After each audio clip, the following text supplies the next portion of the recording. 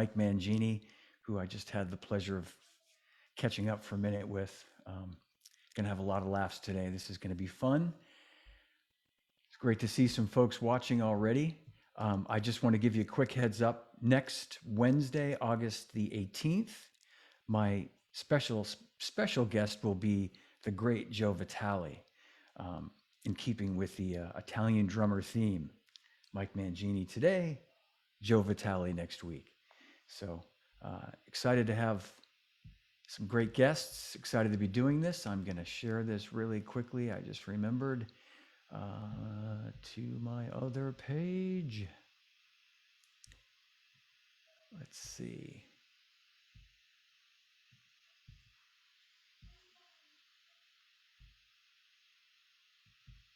Well, maybe not. Maybe I'm not going to share this to my other page. There we go. Hang on one second. All right. It's been an interesting day today. I'll quickly share with you that coming to you live from Martha's Vineyard, and woke up to having no water this morning. So it's been a little bit of a challenge here, but we're making the best of it. Hopefully we'll have the plumber out soon and have things rocking and rolling.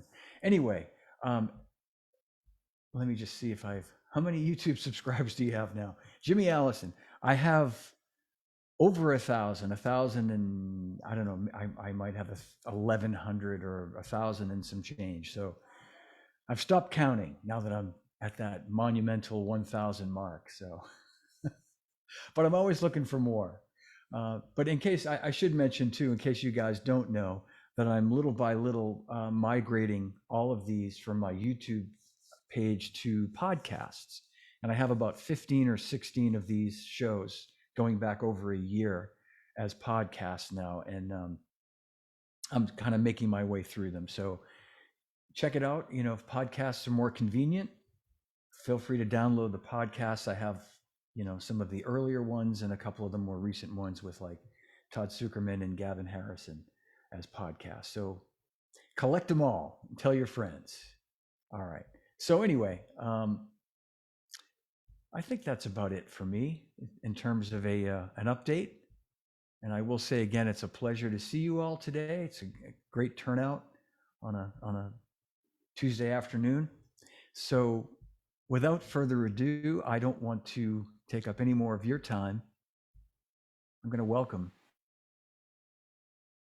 the one and only Mike Mangini. And here he is. Hey, Johnny D. And there you are, right here. And there you are. Yeah, baby. I have to tell you, we watched Austin Powers a couple of weeks ago, the original Austin Powers.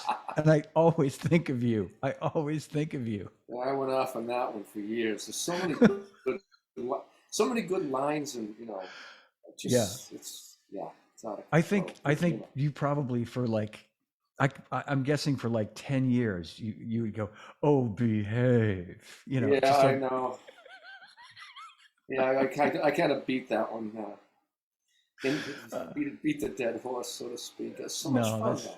I know. It's so good to see you. And so people watching this will know Mike and I have stayed in touch, threatening to get together, but texting a ton, and we will get together because we have to have a bottle of Shiraz. And I know it's like you're saying this is like legitimate proof when I want to just see so many people and get together, and the stuff just, responsibilities keep hitting, and then they overlap, and it can't happen. So like you're proof that statement is proof that I'm trying, and and someone will think, oh, you don't want to hang out, you got to make the time. It's like, no, that's not what it is. It's happened, and it doesn't work, and then someone else is unavailable, and then other stuff gets in the way. Anyway. Well, no, but I was going to say, I've been noticing too that you've been more, or maybe it's just like, I don't know how it even works on Facebook with the feeds, but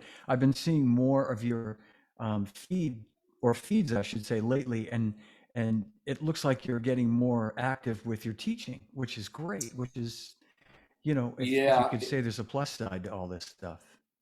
It's pretty amazing that that I'm fortunate enough to have loved it before, because, and this can open up so many fun discussions, but I loved teaching not just because of the feeling of helping people, but the feeling of letting them know that they helped me too. Like I learned Yeah. so much from it, and not just that I have to research and really have my act together, being responsible for people and directing them, because there could be information out there that's driving people into getting their wrists injured, and they'll never know it and don't know until it's too late, or whatever it is. You don't know what's out there because people are built differently. It's a tough call, but anyway, it's not Yeah. only helping and doing the research, because then it spares me these injuries and helps me and allows me to get better, but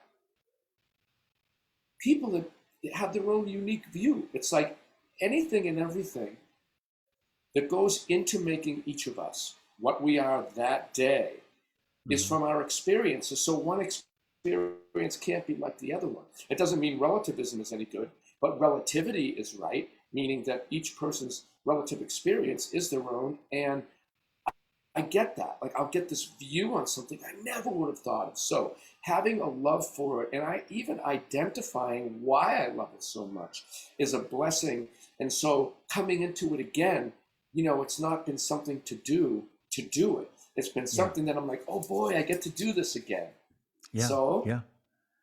I'm excited. I make all kinds of posts, and I got people helping me too, just to for many different reasons, just to keep up with things.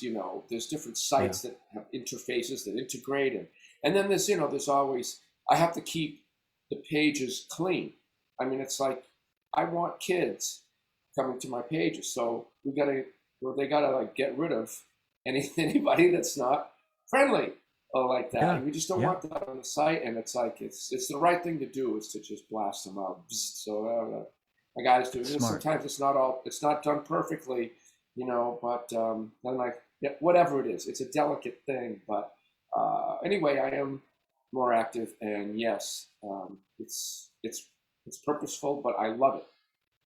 That's great. And I was going to say too, I mean, for the last 10 or really 11 years, really, I guess, right? 2010, well, at least 10 years anyway, you've been so busy with, you know, your day Wow. job, so to speak. And, like I In said, I life. mean, it would life. Yeah. That it's, I know you'd love to be on the road, and that's knowing you the way I know you, you never sit still. You're never one to want to just, unless you've been on tour for 4 months, you know, Yeah. you'll Yeah, relax, but you're not one to just kind of go, I'm going to just, you like to work, you like to stay busy. So I know, and part of that is knowing how to rest. So the touring, the sleep is so important, and you have to. No, it's something that has to be managed. You can't just exist. yeah, You gotta look at your yeah, schedule. But yeah, you're right. I don't like to just hang and do nothing. And yeah, you're right. The day job, so to speak, keeps me busy beyond what it appears to be. yeah, It's like I practice the least amount of drums ever. And you would think that I have a job that allow me to practice the most amount of drums ever. But why is that the case? When you look at what it takes, in my case, I have a lot to do with the production of the band. It takes me 3 months to get ready for a tour with all that. And now, preparing, I don't even have those 3 months. So guess what I'm going to be doing all the time? well, that's interesting that you say that, Mike. I was going to ask you, um, kind of what your routine is these days, as far as like lately. Then you've probably had more time to practice, to actually sit down and get into some sort of a routine, or not. Maybe not with other stuff. I don't know. I've had the choice. I've had the Yeah, choice to do it. And I have chosen it in little pieces. In other words, it's not 6 or 8 hours a day. It's not 4 hours a day. It's 35 to 50 minutes, 3 times a week at the most. But the systems that I've stumbled on are so, it's like they magnify your progress. They're like nuclear.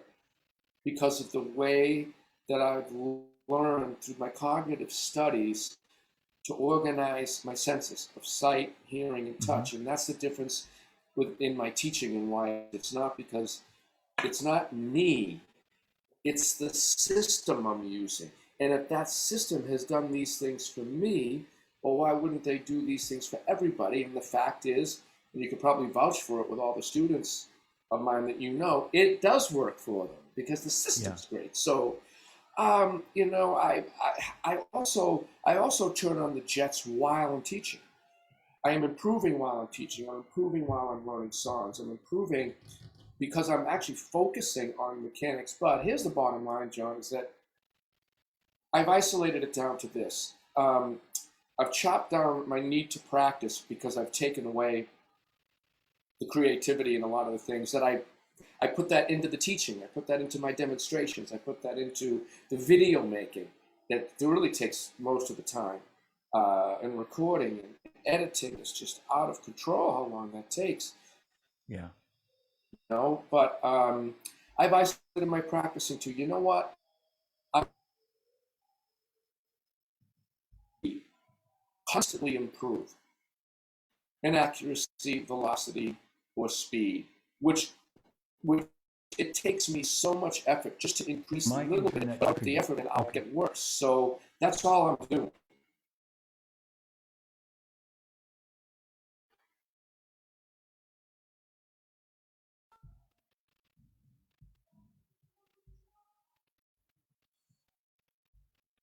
You good? I don't know what's going. My internet just got a note that Are you with I'm me? still with you. Yeah, sorry. It said my internet is unstable, but it seems to be. I'm sorry. It seems to be Okay. back now. Sorry about that.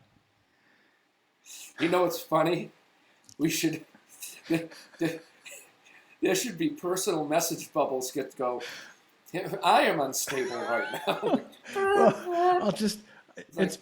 I bing. know it's par for the course. I'll just share with everybody. I was telling Mike offline that we woke up this morning here to find that we have no. I think I might have said this before we went live too, but anyway, if I didn't, we have no water, and the pump to the well isn't working. So why not have the internet go down too? Yeah. Anyway, sorry. No, but what? So what you're saying, I think, is very interesting and very, I think, almost fortuitous for anybody who wants to study with you right now. This would be the time, the best opportunity to kind of, I won't say get your undivided attention, but to really be able to take advantage of this situation of your availability, I guess, if nothing else. It is, and it's true. And I've been posting more because I don't see it. There's an aspect of real people where things, or some things are in their mind, some things are real. It's a tough call, but there's a sense of, uh, you know, self promotion and all that. But it's not a bad thing. I think it can be done in a genuine way where it's like, hey, I'm just letting you know that I'm available for this and I'm doing this and I happen to like it and it's really Exactly. portable and all these things versus, whole spam email thing you get hit with, buy this, buy that, buy this, buy that, buy this. Like, stop. Yeah. I don't Yep. want to hear that. Or I don't want to hear it. I want to be aware of it, but I don't want to get pummeled with it. So um, I like to champion that. Thank you, because it's informing people only of what I'm doing, but so it's great. Thanks. Well, and people that want to reach you can contact you through like your Facebook page. Is that a good way for people to reach you? Essentially, yeah, because I am interactive there. Um, and the thing about my sign up system is it's automated. So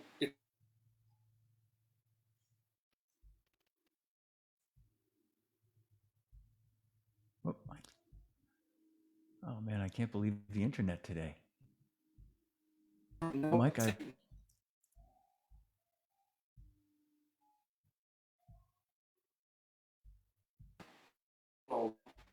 is something that I'm evolving to make it simpler to understand what I'm doing, where I'm doing it, and how I'm doing it, because I'm making sure to put the links in many places so that you don't have to know. You don't have to know about it just to sign up, only because the sign up and registration website. Do you understand what I mean? Like, I'm putting it out there places. But Yeah. Well, maybe at the end of this, I'll put, if there's a link that you want to send me, I can plug it in at the end of this thing on Facebook, and when I put it up onto YouTube as well. great. Great. Well, I do apologize if people, if you're getting a little, are you still there, Mike? You getting me okay? Yeah. Boy. Okay, good. Yeah. Okay. Got a lot of folks watching, and I apologize if the internet's a little kaflooey here, but we'll power through. I was just going to say, just to just jump backwards a little bit. Our history, I think, I love our history. I love our long friendship, and I often think about, with a big smile on my face, the first time I heard about you was from our friend Freddie Gilfeather, back in the 80s. I was still living in California, but I remember him telling me, there's a guy you have to meet that is, I was a big fan of Terry Bozzio at the time, and I think you were playing a Rototom set maybe at that time. It seem okay? All right. Yep. Okay. Mike is back. Okay, everybody's saying Mike is back. um, okay. Oh, Mike Rogello is saying, do you know Mike Rogello? Mike Mangini?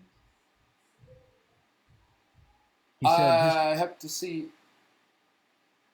you Go might ahead. know him What? from Freddie's store. He said, my father played with a trumpet player named Tommy Dumont in Waltham, a good friend of the family. I think Tommy said he had Mike in high school.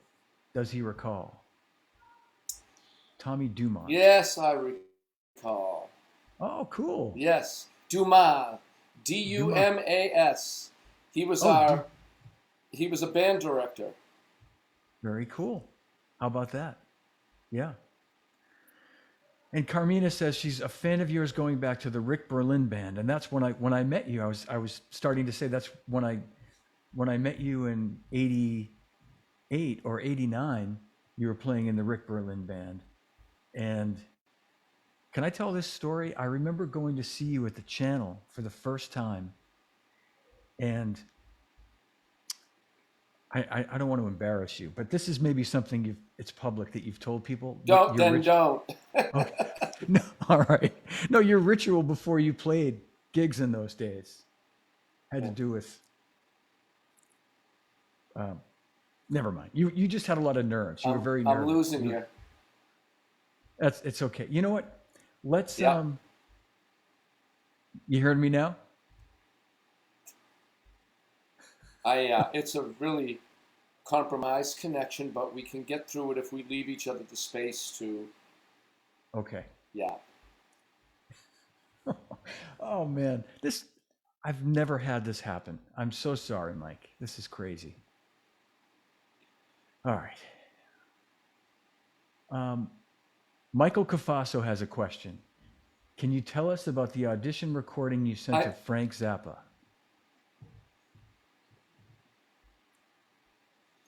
Hi, Mike. I hope you're well. He's a great drummer. Oh my Yeah. gosh, he's so good. He's good. Oh gosh, he studied with me in '89 or something. Oh my gosh.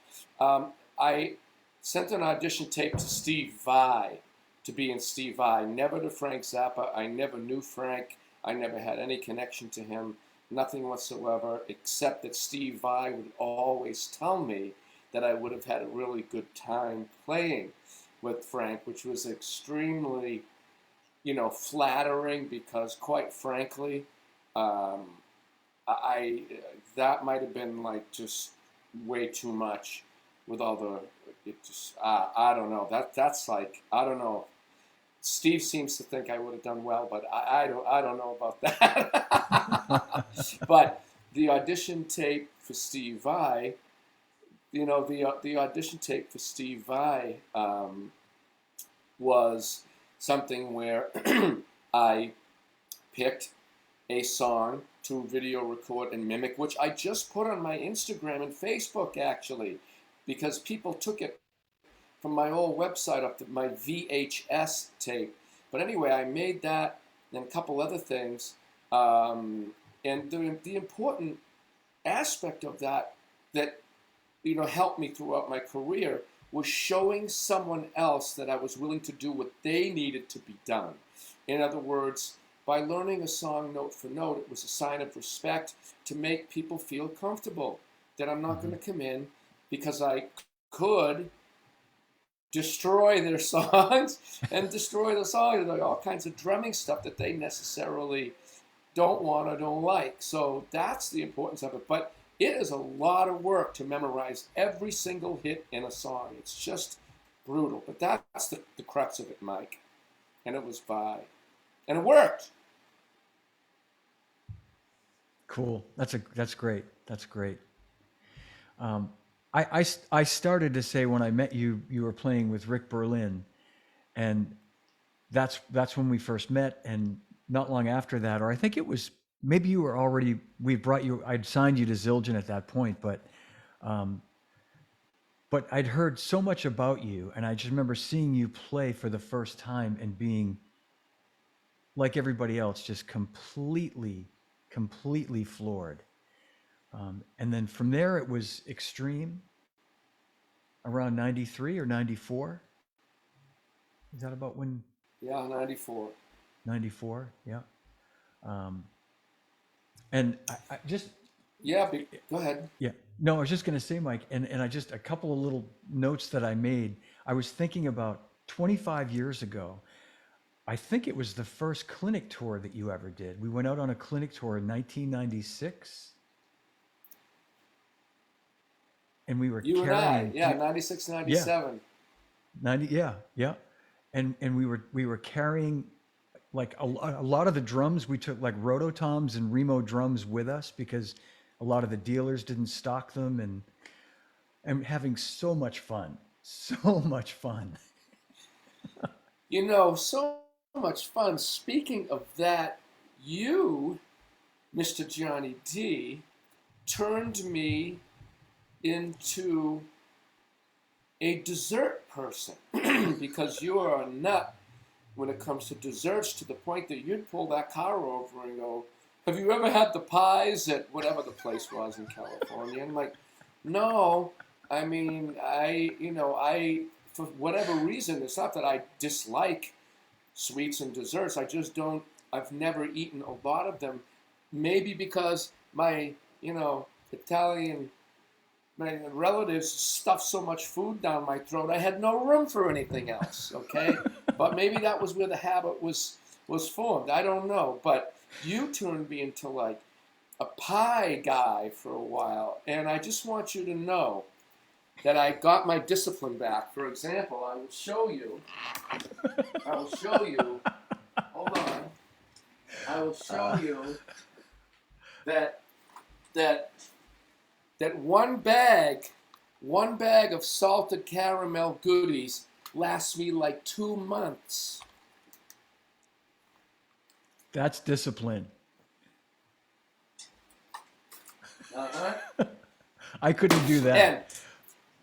And I wonder, well, what's funny is, I have information in that, and stuff in that cabinet space back there, but yet I pulled out salted caramels. Right. It's good. Well, and what I remember most about that, besides the fun that we had, and I do remember how much we ate and all, sweets, and everywhere we went, I feel like, we'd have to stop at some diner or something afterward and get sweets. But what I remember was coming away and I at the time you were giving private lessons in the Boston area, and you were playing in bands and touring, but you still made time for lessons. But what I learned at that point in 1996, 97, having done a million clinic tours with other drummers, was you're an amazing educator. You have the goods to like go out there and present a curriculum and an actual, like, you would come there not to go watch how fast I can play all this stuff. And it was like, I'm gonna, and you with your hands and everything, the way I'm doing it right now, it's like, I'm gonna teach you things. You're gonna leave here and you're gonna know some things when you leave here tonight. And I think that was amazing that you did that, and it worked. Thank you.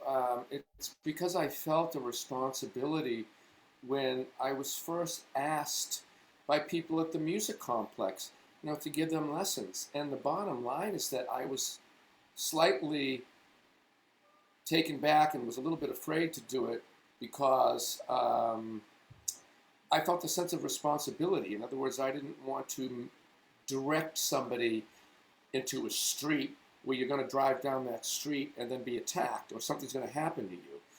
It's like Yeah. I wanted to be responsible, so I wanted to really learn. So I took it very seriously from the get-go, and it was just so rewarding to do it. And I found again, and I'd say it again, that it forced me to learn so much more, and it forced me to really have that sense of responsibility, which then made me learn. So I ended up better off, and then I ended up, you know, a student that, maybe from the outside, someone else might think, well, they're not going to be able to teach you anything. Well, you're wrong, because they actually had a view that I didn't have. And that's Hmm. how, my systems developed, because it was from observational data.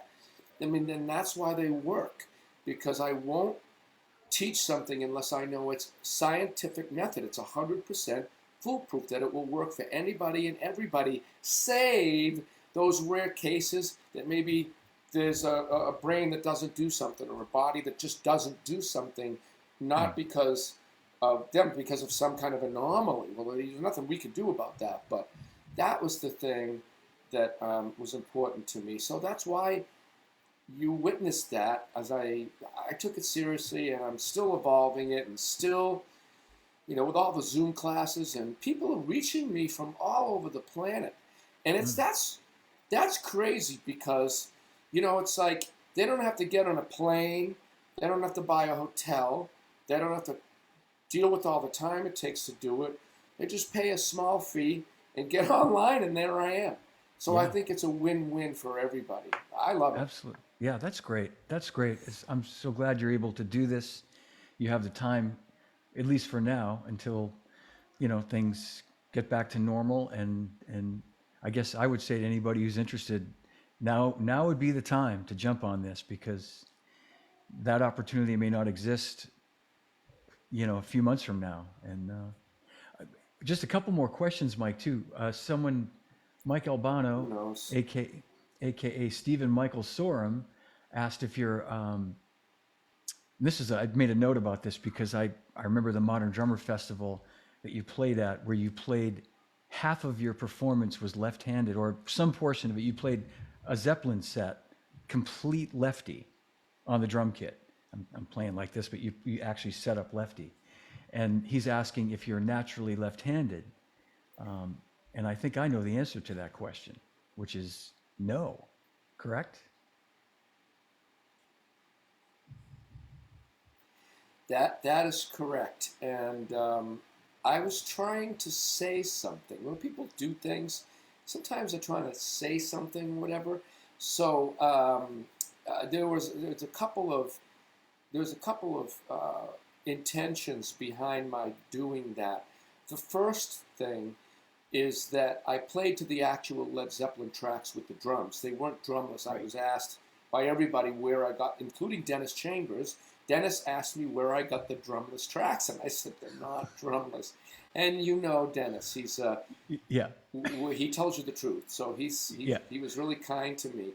But the whole thing is that no, I'm not naturally lefty, and that's why I teach and do what I do, so I can teach people how to use their body. But Johnny, the bottom line, my real intent was that since you're a lefty and you were there and you signed me to Zildjian, I was just trying to impress you.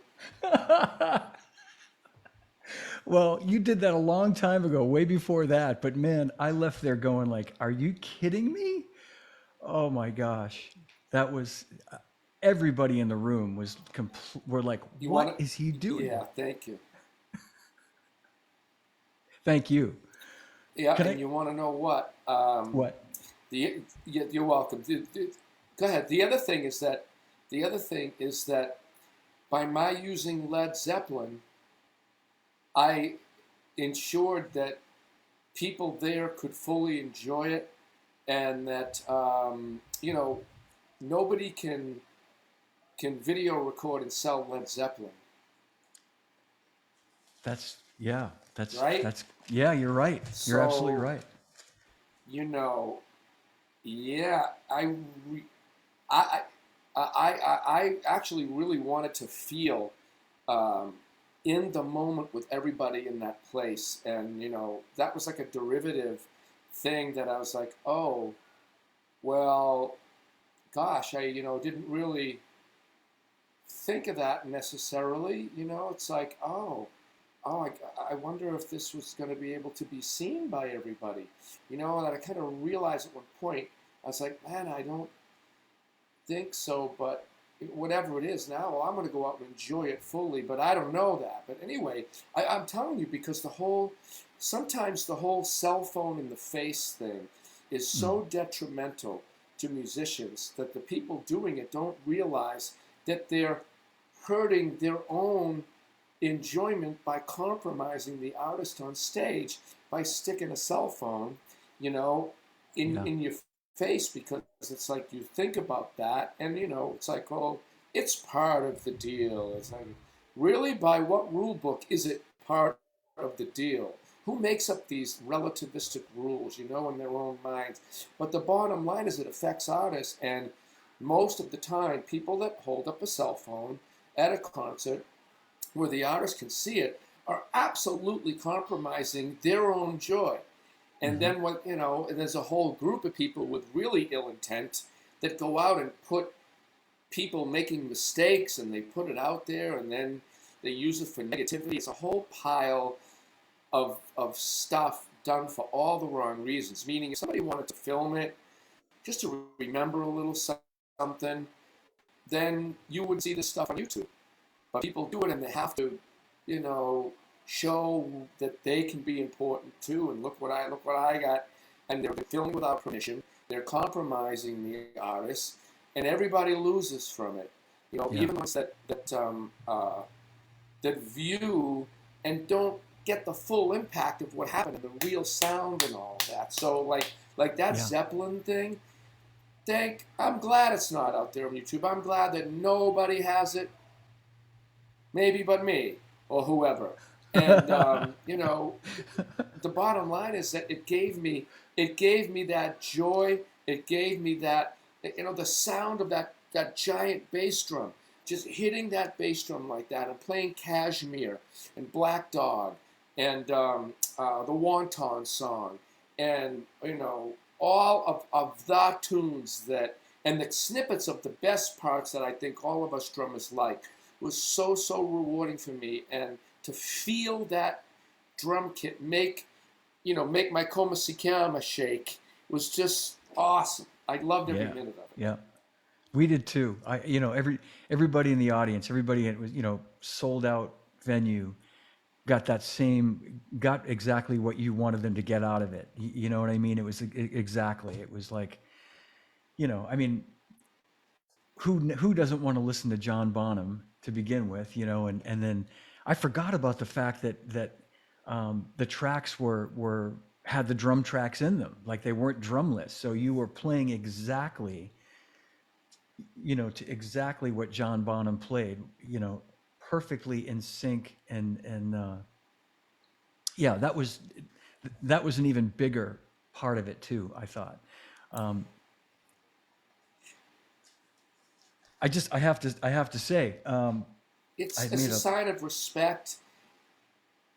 yeah, yep, exactly, exactly. You made me think about Dennis. I remember, um, gosh, I don't know what year it was. It was sometime in the 90s, you and Dennis, I know you guys did a lot of stuff together, like Pearl Zildjian type clinics and things like that. And I feel like we were in Long Island at a drum clinic with you and Dennis together. And this, I think, might have been the first time you guys played together. And he knew you. You guys had met before, probably like when he'd come to Boston. And Dennis, he's aware of who other drummers are too, and I think he knew of your reputation, so to speak. But anyway, do you remember that he would not go on after you? He insisted on going on before you, and I think every time since then he's done that. And he said, "I'm not going Um, on after this guy."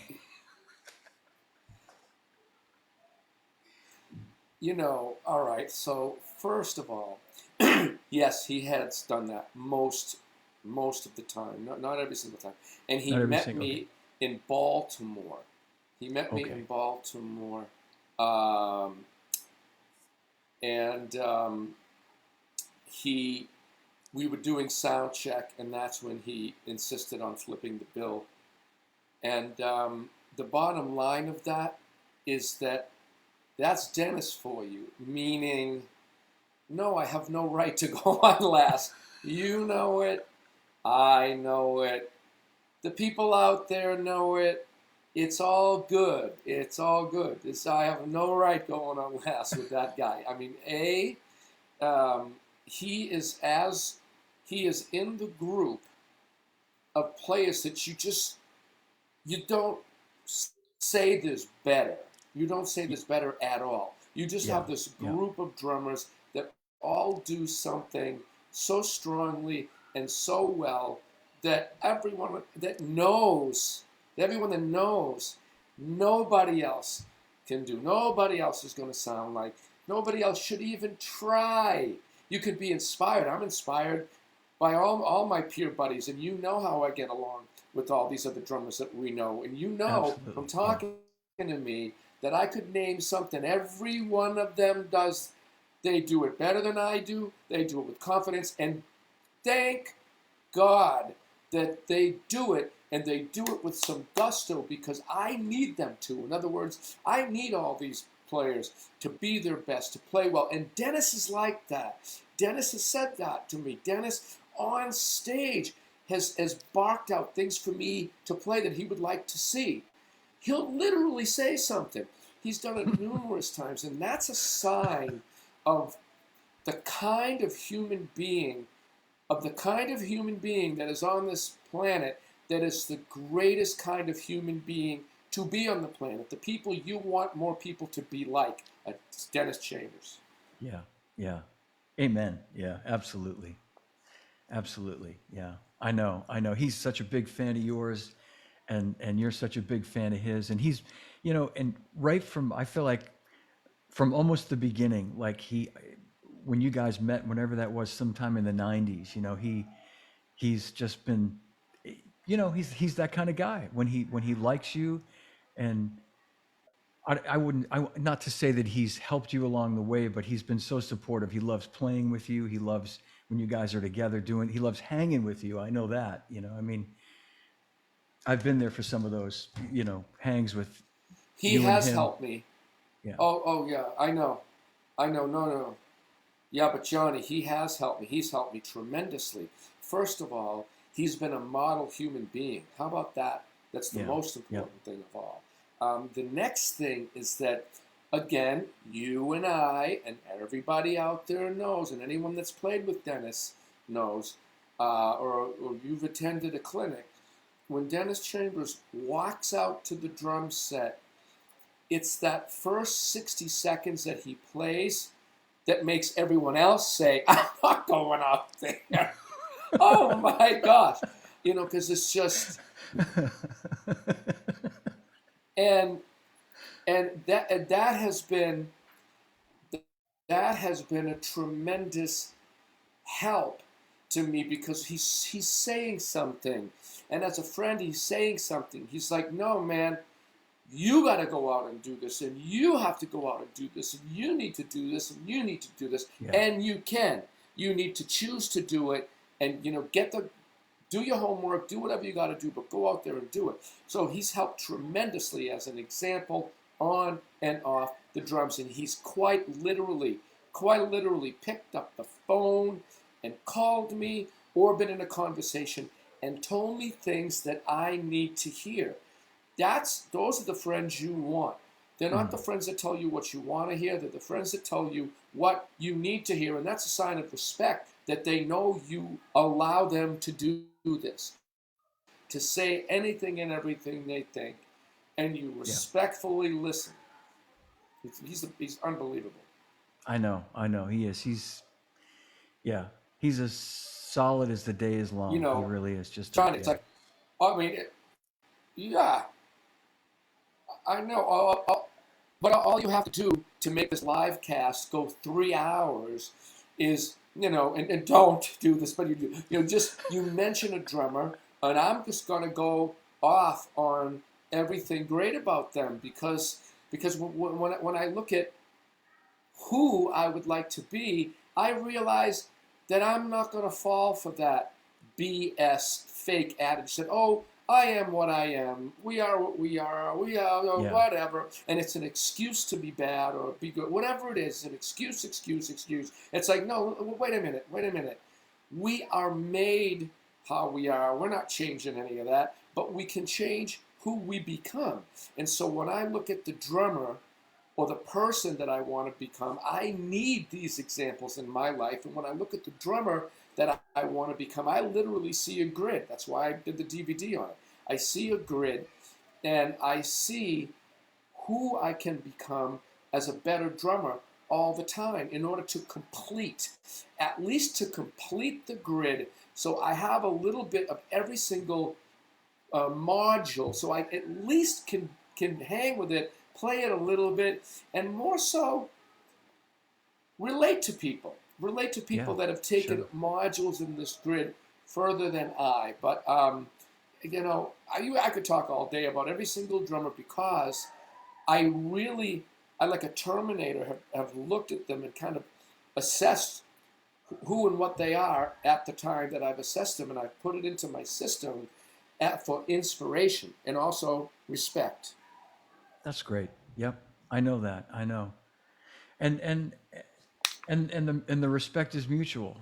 I mean, all these guys like Dennis, like Dave Weckl, who I remember you meeting at a I think it was maybe Mike Stern at the Regatta Bar. You came with me to see Dave again. I think it was just before you moved to LA in the '90s, and I could have this wrong, but I feel like I introduced you guys, and he knew who you were. He's like, "Oh, I know who you are, man. I've heard a lot about you." And you're like, "You have?" And he said, and you said, "I'm moving out to LA," and he like gave you his number and said, "Call me when you get there." And no, I mean, but the point being, but I'm thinking about the time. Another time we saw him, we all went out to dinner with the guacamole. Is that what you're laughing about? Do you remember that? Do I have anything in my teeth?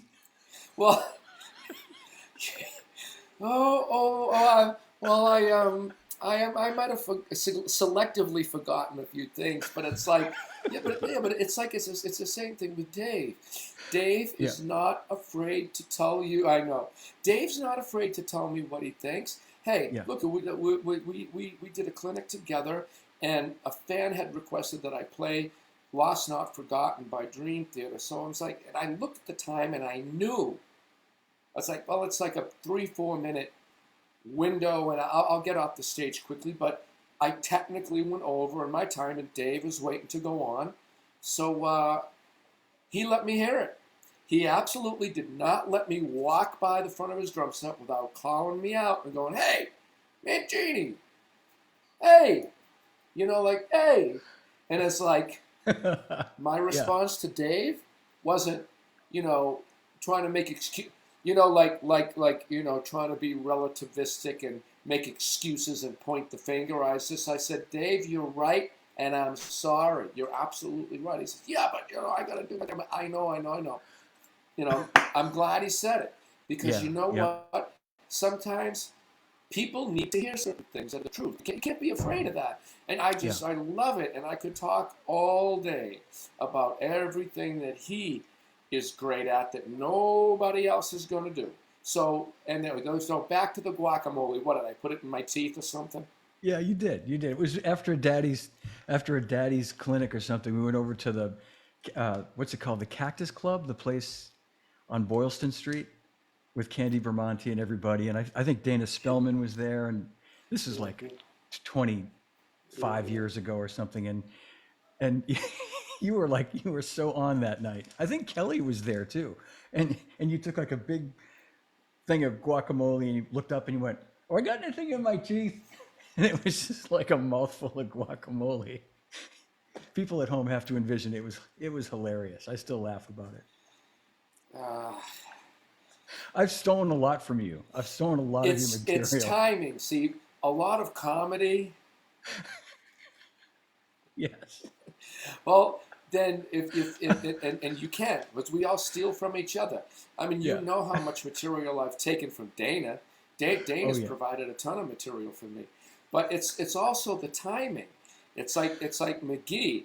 McGee is the master. Oh, And by the way, this is McGee is a dear best friend that got his start in the business with me drum teching due to a connection, due to Dana, due to a friend saying, "Hey, use my friend." Like, okay. And mm, by the way, watch out because he's quick-witted and really funny, and he's not going to let you up for air.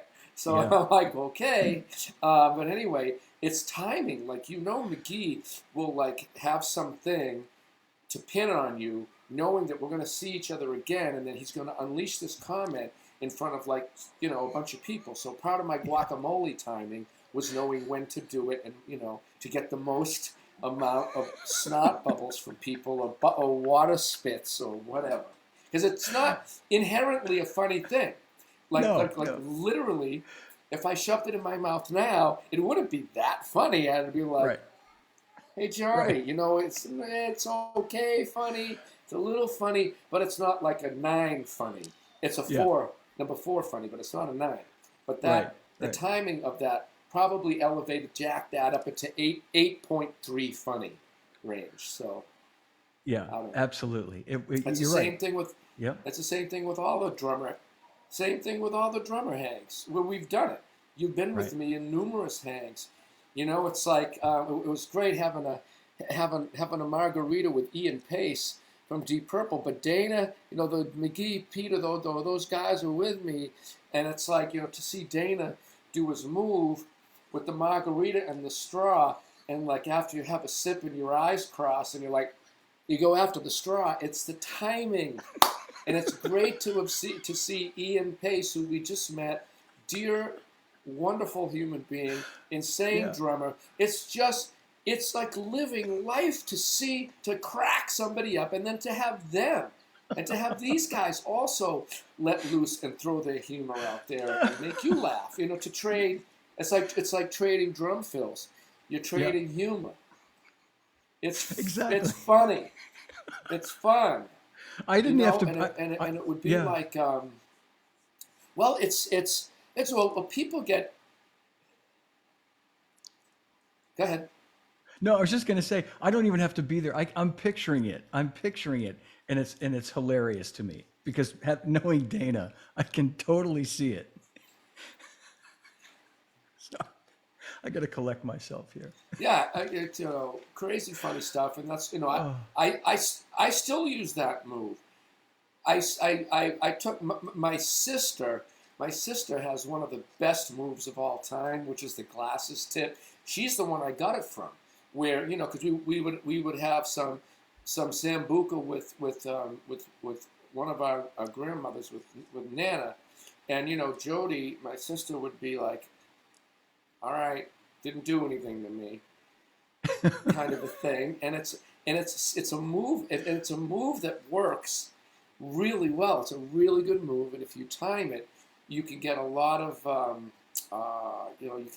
funny stuff happening. But what's interesting that people who haven't met me, fans especially, I am the same way with them. I'm not different in front of them than I am with you, than I am with my own family, than I am with people. You know, and everyone that knows me, that's close to me, yeah, they're sick of all the same jokes. They're sick of the moves, but they still laugh. They still laugh. And, you know, for fans to actually hang out with me, and I don't change. I'm not, you know, I'm the same way. I am the Yep. same way with them. I'm the same way with them at a meet and greet. I'm the same way with them at a bar. I mean, we just had the John Petrucci universe finish, and you know, John kind of puts me. He kind of shoes me into that social situation, not literally, but you know, he knows that I'm going to be there, entertaining fans, and here are the numbers, Johnny. The numbers is that the bar shut at 11 p.m. or 12 a.m., whichever one. Um, and I closed it probably around 3 with people around me the whole night. You know, we're bringing down a little something for everybody and yapping and howling and talking. And I'm not afraid to do impressions. I'm not afraid to, you know, make people feel comfortable and also let them say whatever they want to say. Just Yeah. believe it or not, just shut up and listen. Just let them go. So yeah, I mean, it's funny when you bring these things up. So I'm sure you could Yeah. tell some No, stories that we should.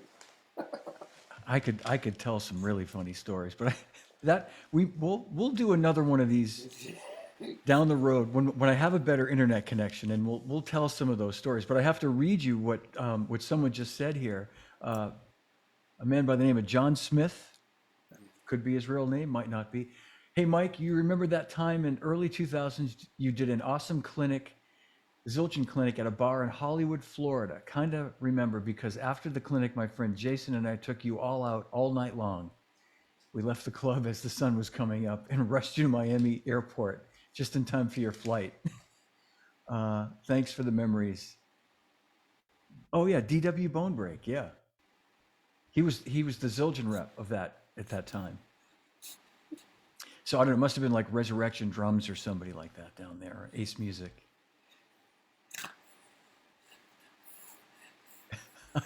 I guess you remember. Yeah, yeah, yeah, Oh, yeah, yeah, yeah, yeah. I mean, oh, I remember. You know, so the the funny thing is it's like all I was trying to do was give them ammunition so that they could put me in the same league as Horacio, because Horacio's the king of, you know, going out with everybody and having a good time. And so I was just trying to compete with Horacio, was all, which I can't do. But I gave it my best, and yep, it's like it's about John. It's like I value that because it. I would have done anything to be able to hang out with people that I looked up to, and people that I wanted to learn from. And you know what? There's a certain aspect of that where they say never do that, like never hang out with your idols or the people you look hmm to. Never do it. Don't talk to them. Don't do this because they'll only disappoint you. So the thing is, that's in my mind, and I'm like, no, no, wait a minute. I'm not going to let another one of these cliche adages wreck my enjoyment in my life. Now, I'm not going to let it happen. I'm going to let these people hang out with me, and I'm going to be myself, and I'm going to, you know, be accountable and make sure that when that's all over, that I made them happy, and I'm going to think about that. So, yeah, I mean, no That's one's great. perfect, and I have been, you know, I mean, for the most part, I mean, if you try to touch me and get me before you know, before a show, and I'm on my way to the show, and I've had my hair grabbed and my shirt pulled, and I've had awful things said to me. Well, then I'm going to react in that case. But then that person's going to go tell a million people that I'm, you know what, when I was just only defending myself. And there's those small little occurrences, but generally, you know, my whole interaction with people has been fun, and it's been like really a good time for me. So I like it. Yeah, I, exactly. No, I know. I think 99 and 9/10 of anybody who ever has ever interacted with you has only like a fun, positive memory and experience. I mean, that's because that's who you are. I mean, that's just who you are. And the great Joe Vitale, by the way, is watching, and he says hello. Joe is my guest next Thank week, you. and Joe, hopefully, I'll get this internet thing squared away. This is I don't know what the maybe we need to pay the cable bill here. I don't know, but Comcast bill. Um, Hey, John, look at people out there understand. Look at everyone out there understands. It's just something that we've all had to deal with at times. I mean, I jacked mine up to a gigabit to make sure that it works for Zoom and everything. And every once in a while, it pauses. It does what it does because the whole neighborhood, or wherever I am, it could be the studio and its location, a home location, or whatever yep. location. It's gonna happen. So whatever. Don't worry about it. All right. Well, I appreciate it, Mike. I'm glad we still have folks watching and enjoying and commenting. And I was just going to ask you, we're getting to the hour point anyway, and I won't keep you a whole lot longer. But I was going to maybe just ask you to talk for a second about, I've been around you many times before gigs, before like a clinic, and maybe you could talk a little bit about like your warm up routine and just any things you'd recommend to people that I know you definitely, or you used to have a routine where you'd warm up and get both of those. Yeah. So right. So the warm up, but a lot of the warm up routine has focused around the mental state because you can't simulate. You really can't simulate being on stage and the musculature and the nerves and the grabbing of the drumsticks and the effect on the muscles. It's hard to simulate like that. So so there's a mental aspect and a physical aspect. The physical aspect is easier to understand. With the physical aspect, you just want to get the motion. You want to get your hands and feet to just be reminded of the right motions. That's one thing. So it doesn't take much, like short, little, fast bursts. Short, little, fast bursts. And very, very, very slow, full motions. Very slow, full motions, and then some very fast little bursts just to get the motion, and Mm. also to stretch for your hands, to stretch this thumb muscle, Yep. because you'd have to practice for 25, 30 minutes to get the muscle to warm up this much. So you might as well, quote, warm the muscle up. So that's on the physical level. Many people stretch, and that's good. I just don't believe in doing it too much because then it releases things that make you too dopey. But for me, it does anyway. It takes away Mm-hmm. my edge. But and that's the point for some people. But anyway, mentally, it's about visualizing yourself on that stage before you go there. So when you go there, the shock of the stage doesn't create, and this is key, it doesn't take your energy and steer it into the nerves. It's like a fork in the road. It doesn't steer you on the street with the nerves, but it steers you into the adrenaline street. The adrenaline is good. The amped up is good. I mean, the whole thing about being totally relaxed is a myth because certain muscles have to be flexed in order for other muscles to be relaxed. So it's Mm. what do you flex? What is tense? What is not? It's not nothing is tensed up. Are you kidding me? It's like try to tell that to a weightlifter. Yeah, be all loose, man. You can't be all loose to push your weight. You can't be all loose to do certain bass drum moves. Certain muscles have to be flexed. Doesn't mean you are tense, of course not. But if you are tense, there's nothing you can do about it. So the thing to do is to visualize yourself there and know which muscles to flex, know which ones not to flex. That brings you back to warming up, stretching maybe the thumb muscles, and doing short little speed bursts and full stroke just to get you in the mental state to know what to do so you can focus on that. So that's the warm-up routine. Wow, It's that's mental great. with visualization, and it's physical with these two specific things. That's great. And do you cover that when you do lessons, when you do teaching? I'm sure you get into some of that stuff philosophically and mentally, physically, all that stuff. Yeah, I mean, I Yep. would every single time I teach, and I don't care. That's why beginners can do it, or if quote advanced can do it. It's like it's because I'm the same with both, and that's why both join my classes because to some advanced players, some of the things I'm saying are new, so you have to start over with it. You might as well do it right. And the bottom line is, I do it with everybody. I explain the perspective. I explain why you're doing this. I explain how it works, what it is, where it's applicable, when it's applicable. I mean, I go over all the who, what, whys, and whens. And so it really helps people get what's going on and either buy into the system or not. Mm-hmm. It's like Yeah. it's why some sports teams are successful. It's why so very few coaches are always successful because they understand that their system doesn't have to be perfect, but what has to be perfect is everyone buying into the system. If everyone buys into the system, then the team is unified. So I get students always in the classes and me and everyone always to buy into the system because at least it can't be refuted. If there's something wrong with it, I'm all ears, and I have not done everything perfectly, believe it or not, and so I've learned to evolve it. Anyway, yeah, everyone gets it, John. Everybody gets the same treatment. That's great. That's great. Well, Mike, I'm thinking maybe if we'll kind of wrap it up today, but maybe we can do another one of these in a couple of weeks. And because I had more stuff I wanted to get into, but with the internet being a little weird, we can just kind of do a fresh one where we can talk about like coming up with drum parts and more of the stuff that I know a lot of not more, but some stuff I know a lot of people are going to want to hear about with a better connection. Good. Absolutely. All right. And I know, Yeah, like you say, it is what it is. I we won't will. keep apologizing for it.